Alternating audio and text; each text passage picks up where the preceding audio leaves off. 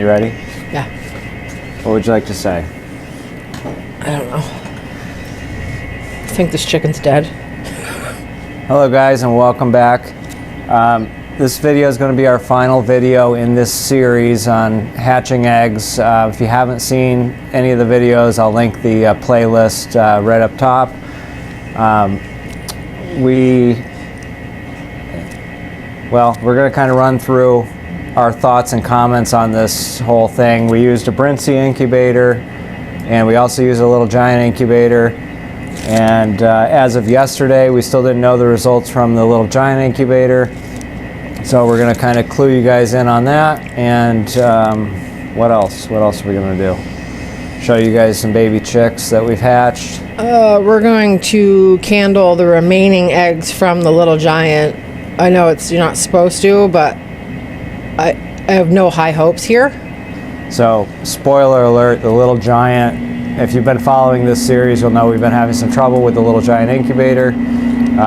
So we have a lot of eggs left in here that have not hatched, and we'll be candling those and just seeing if we see any signs of life, any reason to leave them in the incubator. They are in the Brinsea incubator right now. She moved them over this morning. Just to give them a chance, because what was happening in the Little Giant incubator is they were drying out too much. The humidity level wasn't stable and wasn't staying up.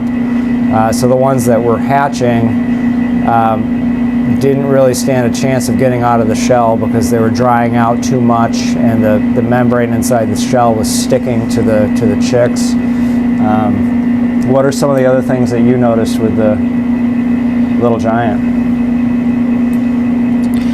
Well, this morning with the secondary thermometer and humidity meter that we had, granted it was a Taylor thermometer, probably not the most accurate anyways for this situation. I had raised the heat on the Little Giant to make sure that the bottom of that incubator was getting up to temp, because I had it set to 100 degrees and it wasn't anywhere near 100 on the bottom according to that thermometer. Well, this morning I had bumped it up to like 105 and the bottom was staying where we needed it to be, but this morning, I don't know if it was because a bunch hatched, it had risen up to 106 according to the Taylor thermometer on the bottom, and they were all panting in there. So there's just too much heat fluctuation. I had one chick that died after it had pipped. So its beak was sticking out and it had died in there. I don't know what happened, if it dried out. I don't know. And that's when she decided to move them into the Brinseas, because everything is just so much more stable in there with humidity and temperature. I cleaned it, let it run for a little while, make sure it got up to temperature, and I moved them over. And now I want to candle the remaining eggs. I don't think they're going to be good, but we need to make sure. So just to put it all in perspective, with the Little Giant incubator, we started with 41 eggs in the Little Giant. I think, and Heather will correct me on this, I think we had 11 that hatched out of that. Yep. Right? We lost 13 by the second candling. There was 13 that we had pulled out that either had visibly died while developing, or were not fertilized. Yep. So, which I have my doubts about. What they probably were fertilized. They probably just didn't have the right temp, because out of the Brinsea incubator, and again, if you haven't seen it, the video will be linked. But the Brinsea, we had 27 eggs in, 26 of them hatched. So really good success rate. I think you said that put it up around 97%. 97%. The Brinsea, and 40% on the Little Giant if we don't get any more that hatch. Which at this point it's day 22. These all should have hatched yesterday. So we don't have high hopes for the ones that are left, but we're going to candle a few. None of them are pipped. And kind of run through and just see if there's any movement in them. And other than that, I mean, we've got a lot of chicks in our little brooder box behind me here, which I'll show you in a minute. but we're pretty disappointed with the Little Giant because it's the second year in a row, even though we did things to try to mitigate the problems. I guess it just wasn't enough. The heat just is not uniform enough to do a good job. So if you're looking for an incubator, we're not making any money on any of these videos, but a Brinsea incubator appears to be the way to go for a small operation. I mean, they really work nice. Makes me want to buy one, but I don't know that we are. Yeah, they're about $570, I think she said. So, all right, we'll take a look at the brooder box. You want to just lift that up so I can get the camera in there? These guys are all thriving in here. They're under a heat plate. There's, I think, 34 in there right now. And they'll be moved out to our main brooder once temps warm up outside a little bit. Right now, the past few days have been below zero, so we don't want to move them in there. It's a heated brooder. But I didn't want to chance it with as cold as it's been.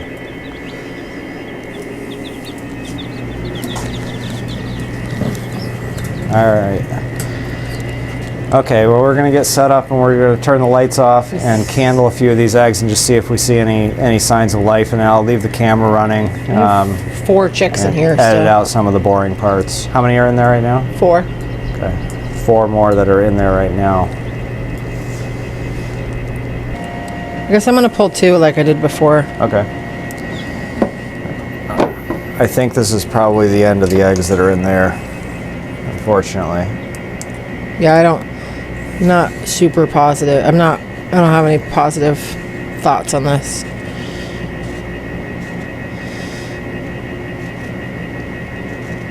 Yeah, there's no movement. Stop turning it for a minute and just let it see if it... Nothing? Yeah, as I'm turning it, I can see it move, but it's like liquid. You know what I mean? So that probably failed a week ago. Or not, 3-4 days ago. Yeah, it's not, doesn't look like there's any big, massive chicken. Oh, that one's definitely bad on that one. Let me zoom in and look at that. Yeah, you can see right through the whole egg, and there's just one little tiny developed chick that has started in there and then died. Yeah, but so I think we're gonna find that. It's probably just blobby. Yeah, I'm not gonna put them back in. Yeah, I wouldn't. You want me to grab an egg carton? Yeah, please.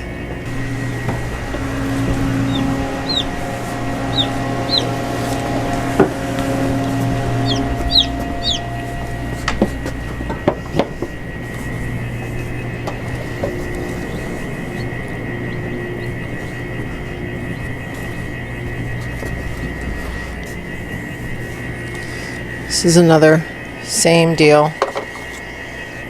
Oh yeah, that's definitely no reason to wait any longer on that one. That one's way underdeveloped.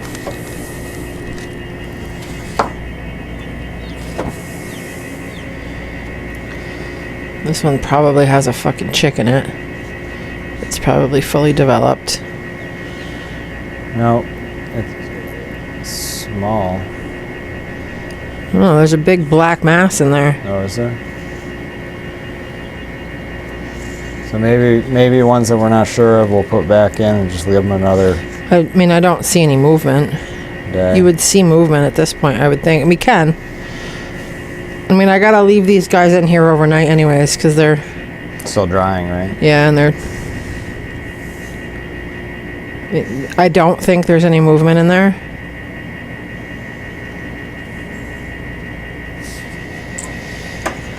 But I'll put it back. Well, we're going to candle the rest of these eggs, and I'll turn the camera back on once we are done, and we'll just do a conclusion. 41? Yeah, do the percentage from 41. So we're back. We're kind of doing some. Is this called chicken math? No, chicken math is when they multiply. So anyway, we're doing some calculations because 40% was not accurate. We realized in the Little Giant that's actually a high number. So 40% was based on what we went basically into lockdown with. If we were to give you the percentage, the hatch rate overall from the 41 we put in there. Is it 12%? Am I reading that right? No. So we found one egg. I have 4 eggs that I left in there because I wasn't sure about 3. One egg has movement. I visibly saw movement. I don't know if it's going to hatch. It was not super strong.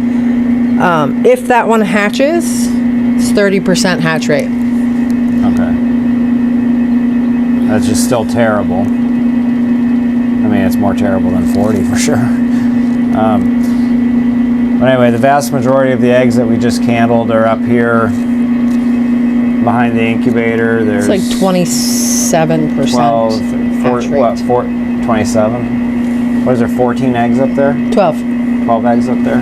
I couldn't really see, but a lot of them actually looks like they died early. Like you can kind of see pretty clearly now, and then some of them, and they're not super well developed, so that's unfortunate. And then of course we were missing, when she was doing the calculations, we were missing 4 eggs or 4 chickens. And the numbers weren't adding up, so Heather here, what did you say? You're a moron? Yeah. I'm just kidding. We were trying to find the missing 4 eggs. The missing 4 eggs she had put back in the incubator. I realized I left 4 eggs in there. I wish I'd got that on camera. So what is there, 5 eggs in here right now? There's 4. Oh. We just said that. Just said that. You're right, who's the moron now? So anyway, the eggs that we thought, one showed sign of life, the other ones are not, we're not sure, so we put them back in the incubator. We'll give them another 12 hours or so. 12? 24? Yeah. I don't know, I don't care. We're closed for the next 2 days, so it doesn't matter. But these guys will come out of here tomorrow. There's 4 in there right now. Once they're fully dry, they'll go in with the other ones. Anything else that you want to add to this? 3 of them, I hatched them, essentially. Yeah, she did some... I intervened. You're not supposed to do that. It's not advised. Yeah, not generally a good idea. But I know the 3 I did help, that their membrane was hard and stuck to them, so... I can say, though, having done this a few times, that they say not to intervene and let them do their thing, but we've seen where they stall out, they dry out too much, they're not going to hatch, and they say not to do it, but you don't have anything to lose really by essentially helping them, and we've had pretty good success doing that. You just got to be very careful. Try just to crack around where they would naturally zip, is what they call it, when they basically cut the egg in half from the inside. And then try to let them push their own way out, and if they still don't, you can kind of peel the egg away carefully, and you did that with coffee stirrers, right? Yeah. I don't have it on video. And that's three of them that are in here right now, and we have had good luck doing that before. We had another batch a few years ago that we had a catastrophic failure of the incubator. That was a completely different incubator. I don't know what brand that was. That was a good one too, though. But the heat failed. Right before hatch, the heat failed, and we had to do that. And but we had if anyone's in the market for an incubator, I would suggest you spend the money on the Brinsea. Brinsea should probably pay us for this video. Maybe I'll reach out. Or donate us an incubator. And again, we don't make any money on these videos. These videos are for helping out people that are doing the same thing and just providing information, and anybody that might be interested in our type of lifestyle, which is not easy. Even though everybody makes it look easy, it's not. And Heather would be the first one to tell you that. Anything else? Are you... No. I think that covers about everything that we've experienced this hatch, and yeah, we've got more chicks coming in the mail this week too, so we'll get these all combined and set up. I'll probably do another video once I get the brooder set up and get them all in there. Thank you for watching, And stay tuned for other chicken projects and other building projects. And what else do we do? All the things we do. Gardening. We'll post a video if this last egg hatches. Yeah, and we'll, of course, I'll probably post a short. If we get any more hatch activity in here, I'll post a short. So be sure to stay tuned to our channel, give us a thumbs up, and like us and subscribe us, and all the things that everybody says to do. And have a great night, because it's definitely night, and we're ready to get out of here.